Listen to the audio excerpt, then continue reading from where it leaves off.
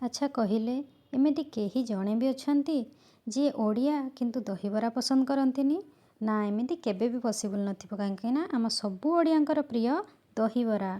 ଆଜି ଚାଲନ୍ତୁ ତିଆରି କରିବା ପାଟିରେ ଦେଉ ଦେଉ ମିଳେଇ ଯାଉଥିବା ସଫ୍ଟ ଆଉ ସ୍ପଞ୍ଜି ଦହିବରା।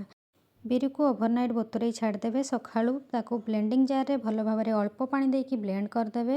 ତାପରେ ତାକୁ 15ରୁ 20 ମିନିଟ୍ ପର୍ଯ୍ୟନ୍ତ ଭଲ ଭାବରେ ଗୋଳେଇ ଦେବେ। ତାପରେ କଭର୍ କରିକି ତାକୁ 30 ମିନିଟ୍ ଛାଡ଼ିଦେବେ। ପୁଣି ତାକୁ କଭର୍ ଖୋଲିକି 5ରୁ 10 ମିନିଟ୍ ଗୋଳେଇ ନେବେ। ତାପରେ ଗରମ ଗରମ ତେଲରେ ଭଲ ଭାବରେ ବରା ଗୁଡ଼ିକୁ ଛାଣିଦେବେ। ଗୋଟେ ଜାଗାରେ ଥଣ୍ଡା ପାଣି ନେଇକି ସେ ବରା ଗୁଡ଼ିକୁ ଆଡ଼୍ କରିଦେବେ। ତାପରେ ଆଉ ଗୋଟେ ଜାଗାରେ ଆମେ ଦହି ନେଇଯିବା। ଦହିରେ କିଛି ପାଣି ଦେଇକି ଭଲ ଭାବରେ ତାକୁ ଗୋଳେଇ ଦେବା। ଅଦା ଆଉ କଞ୍ଚା ଲଙ୍କାକୁ ଭଲ ଭାବରେ ଛେଚିକି ସେଥିରେ ଆଡ଼୍ କରିଦେବା। ସେଥିରେ ବ୍ଲାକ୍ ସଲ୍ଟ, ନର୍ମାଲ୍ ସଲ୍ଟ ଆଉ ଗୋଟେ ପିଞ୍ଚ୍ର ଚିନି ଆମେ ଟେଷ୍ଟ ଏନହାନ୍ସ ପାଇଁ ଆଡ଼୍ କରିଦେବା।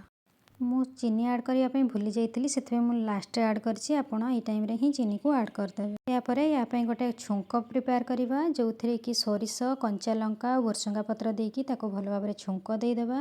ତାପରେ ଯେଉଁ ପାଣିରେ ରଖିଥିଲେ ସୋକ୍ କରିକି ବରା ଗୁଡ଼ିକୁ, ସେଗୁଡ଼ିକୁ ଭଲ ଭାବରେ ଚିପୁଡ଼ିକି ସେଇ ଦହିରେ ପକାଇଦେବା। ଜିରା ଆଉ ଶୁଖିଲା ଲଙ୍କାକୁ ଗୋଟେ ପ୍ୟାନ୍ରେ ଗରମ କରିକି ତାର ପାଉଡ଼ର କରିକି ସେଥିରେ ଆଡ଼୍ କରିଦେବା। ଆଉ ଏଇଟା ନିହାତି ଆଡ଼୍ କରିବେ ଆଉ ଦେଖିବେ ଟେଷ୍ଟ କେମିତି ଲାଗୁଛି। ଏବେ ରେଡ଼ି ହେଇଯିବ ଆପଣଙ୍କର ସଫ୍ଟ ଆଉ ସ୍ପଞ୍ଜି ଦହିବରା। Thank you.